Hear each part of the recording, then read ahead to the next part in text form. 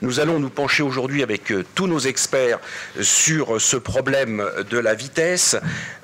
S'agit-il de la vitesse réglementée ou de la vitesse appropriée? S'agit-il de la vitesse déraisonnable, raisonnable ou raisonnée? S'agit-il de l'excès de vitesse ou de la vitesse excessive? Alors, il y a 1000 manières d'en parler et notre premier interlocuteur sera Stéphane Meunier, qui est le rédacteur en chef de l'Automobile Magazine. Depuis près donc de 40 ans, la mortalité a baissé sur les routes depuis le début des années 70, où on a commencé à faire baisser les vitesses, à installer, à multiplier les radars plus récemment. Et on a mesuré, bien sûr, la vitesse, l'alcool, c'était les deux choses totalement mesurables, mais on s'est beaucoup plus rarement penché sur d'autres phénomènes, les médicaments, la fatigue, les comportements, et très très rarement, j'ai remarqué, très rarement on s'est penché sur les problèmes des nids de poules sur les routes. Alors, depuis 40 ans, la vitesse donc est dans le collimateur, on l'a dit, on l'a répété, mais dans le même temps, si les routes n'ont pas fait ces dernières années beaucoup de progrès, les voitures, elles, ont fait énormément de progrès, elles ont beaucoup avancé. Alors Stéphane Meunier, vous allez nous donner le plus et le moins. Qu'est-ce qui a fait le plus pour l'automobile, pour la sécurité automobile? La progression technique des radars ou la progression technique des voitures? Alors, le raccourci va être difficile. Sans paraphraser ce qu'a dit le sénateur, ce que vous venez de dire, la sécurité sur la route, c'est multifactoriel, c'est l'individu, c'est l'état de la route, c'est la météo, et c'est aussi le véhicule et l'état de ce véhicule. Donc le phénomène des radars automatiques en France, du radar, c'est une dizaine d'années d'existence. Le progrès automobile, c'est plusieurs dizaines d'années d'existence. Deux éléments, la ceinture de sécurité 3 points a été introduite en série en 1959 par Volvo, bien avant les radars, et l'airbag a existé au milieu des années 70, il a été introduit par le groupe General Motors. Par le groupe General Motors, pardon. Au milieu des années 70, et c'est un élément qui est obligatoire maintenant, c'est un équipement obligatoire sur toutes les voitures commercialisées en Europe. On est loin de la ceinture des frères Jacques, le truc dans le bidule. Tout à fait. Donc ça, c'est deux exemples concrets, incontestables, du progrès d'éléments de sécurité qui sont arrivés dans les voitures. Et c'est ça que je vais essayer de détailler avec vous très rapidement. Parce qu'il y aura des débats sur l'infrastructure, sur la formation, ça c'est très important, mais on peut aussi isoler le véhicule et voir comment il a progressé. Alors le véhicule aujourd'hui, il a progressé sur deux axes, ce qu'on appelle la sécurité passive et la sécurité active. La sécurité active, c'est ce qui vous empêche au volant d'avoir un accident, et la sécurité passive, c'est ce qui vous protège, vous et les occupants, quand malheureusement l'accident intervient.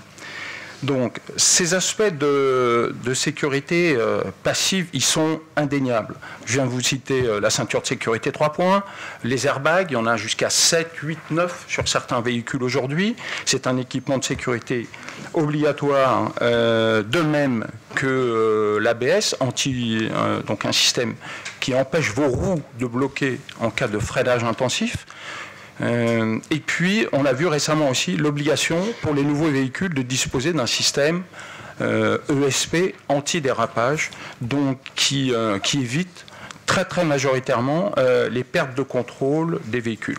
Alors tout ça, c'est des éléments normatifs qui sont arrivés soit de l'initiative du constructeur, soit de pression des États. Très souvent, l'Europe a été assez leader là-dessus. Donc tout cet arsenal sécuritaire de la voiture s'est incontestablement renforcé. Vous avez tous entendu parler des crash tests Euro NCAP. Ça, c'est une émanation de la Fédération internationale automobile qui a souhaité justement qu'on ait un baromètre sur la résistance des voitures à l'impact.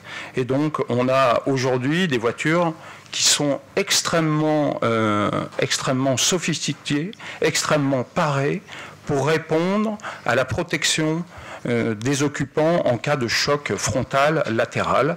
Il y a aussi des nouveaux éléments qui sont amenés sur ces tests Euro NCAP pour protéger les piétons, puisque c'est aussi un élément important.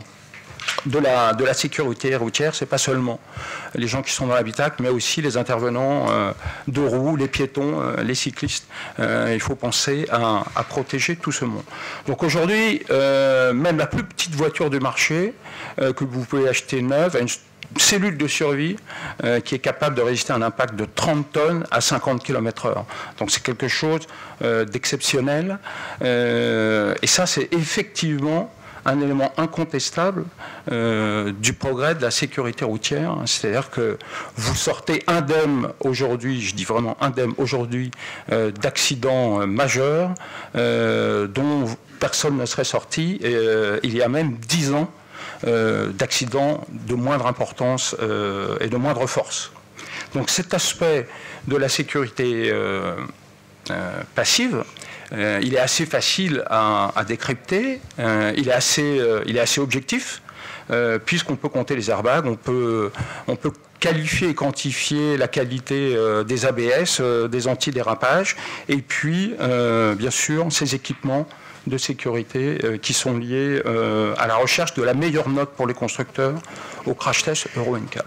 Il y a aussi un élément qui est vraiment spectaculaire, étonnant, et qui est beaucoup plus difficile à faire, à communiquer, mais c'est le travail de la presse automobile et en particulier une des missions de l'Automobile Magazine qui fait de l'analyse produit pour ses lecteurs, donc pour les clients automobiles.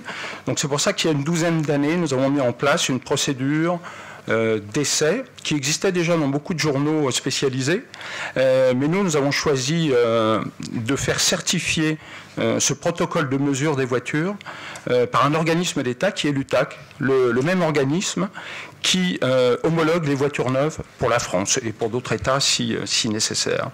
Et tout ce protocole de mesure a fait l'objet donc d'un travail de formalisation et de certification par l'UTAC. Ce qui fait qu'aujourd'hui, l'Automobile Magazine est le seul magazine en Europe dont les mesures sont certifiées ISO 9001. Alors pourquoi je détaille un petit peu ce point? C'est parce que je vais vous donner quelques chiffres, je vais éviter de vous inonder, mais je vais vous donner quelques chiffres pour justement essayer de quantifier, montrer ces progrès dynamiques qui ont été faits, et c'est pour vous authentifier de la qualité et de l'indépendance de ces chiffres. Sur chaque voiture qui arrive à l'Automobile Magazine, nous mesurons 300 items. Alors ça va du volume de coffre à l'accélération, à la consommation, mais aussi et surtout à des valeurs de sécurité, puisque c'est ça qui nous intéresse. La reprise, c'est quand on est sur une petite route, justement, à 80 ou à 90 km/h, il faut dépasser un camion. Comment on fait? Comment ça se passe? Donc la reprise, c'est pas une mesure de performance, c'est pas pour faire des exploits comme a pu le faire Jean-Pierre Beltoise pendant tant d'années. La reprise sur la route, c'est de la sécurité pour soi et de la sécurité pour le véhicule qui vient en face. Autre élément crucial, c'est le freinage. Et troisième élément qu'on peut aussi quantifier, c'est la tenue de route. Donc je vais vous parler de vitesse en tenue de route. Là encore, ce n'est pas de l'exploit sportif, c'est juste qu'une voiture qui est capable de passer une courbe à 60 km/h est plus sûre qu'une voiture qui rend la main à 50 km/h. Parce qu'il faut aussi penser que quand on ne cherche pas à faire de performance, on peut être surpris par l'infrastructure. On peut avoir imaginé que le rayon du virage soit bien moins raide que ce qu'il se révèle être. Donc la sécurité active, c'est aussi aider l'automobiliste quand il s'est trompé. Sur cette sécurité active, il y a ce que la voiture est capable de faire de naissance, et je crois qu'on en reparlera après, Christian, et il y a aussi ce que la voiture est capable de faire dans le temps, d'où l'importance du bon entretien de la voiture, mais je pense que c'est un point qui est abordé après. Donc, aujourd'hui, pour ce qui est de cette sécurité active, je vous propose quelques chiffres. On a pris, puisque l'automobile existe depuis 1946, on a en base de données quelques voitures mesurées, et ça a été vraiment mis en place, cette certification ISO, on l'a depuis une douzaine d'années. Donc je vous propose des chiffres qui sont récents, mais qui sont édifiants. Je ne vais pas remonter aux années 70, je vais remonter aux années 90, c'est-à-dire pour tout le monde hier.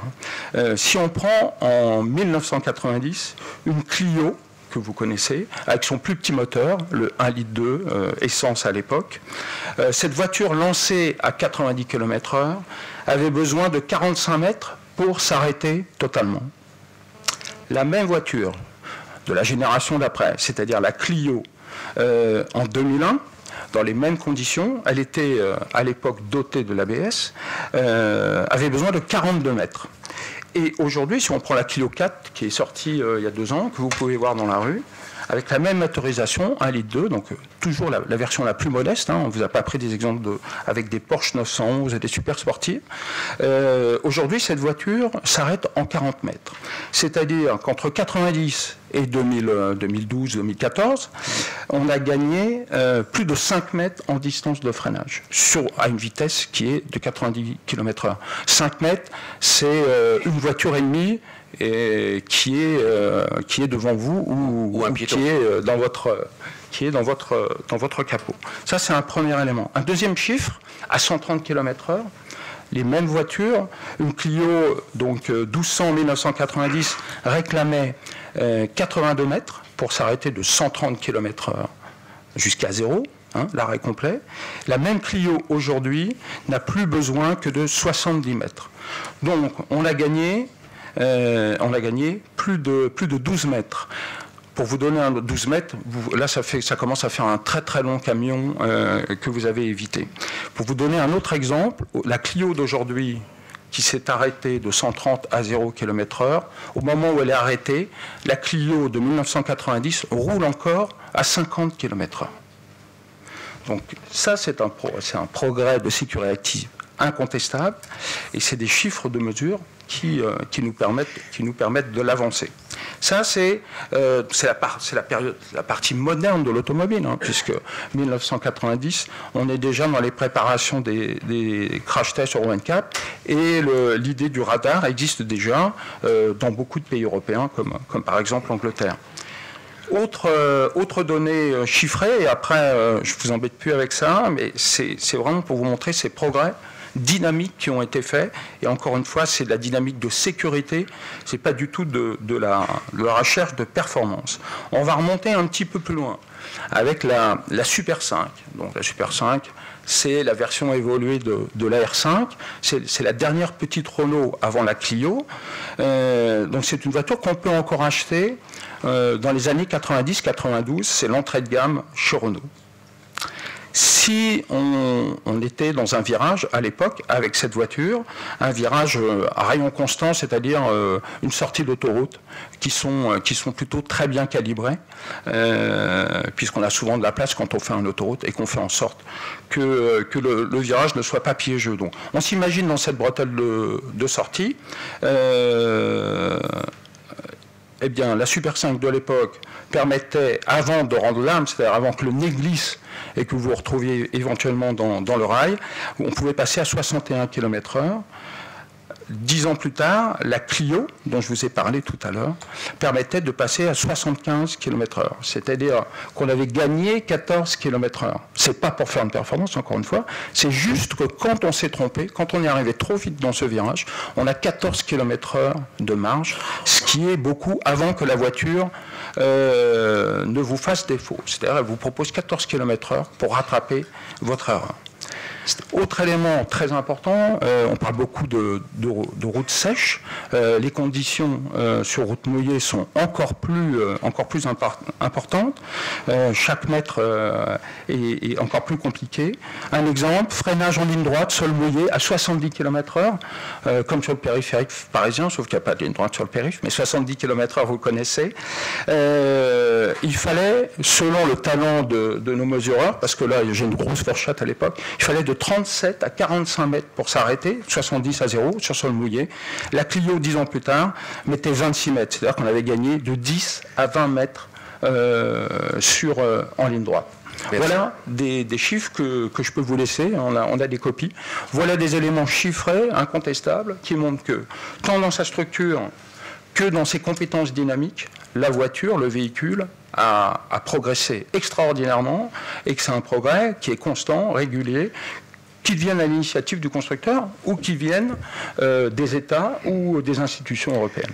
Merci Stéphane, vous nous avez bien éclairé déjà sur les progrès de l'automobile, je pense que le contrôle technique a dû aussi apporter son petit lot d'amélioration ces 20 ou 25 dernières années, puisqu'on en est à un quart de siècle, et je pense que ça a aussi donné de bons résultats.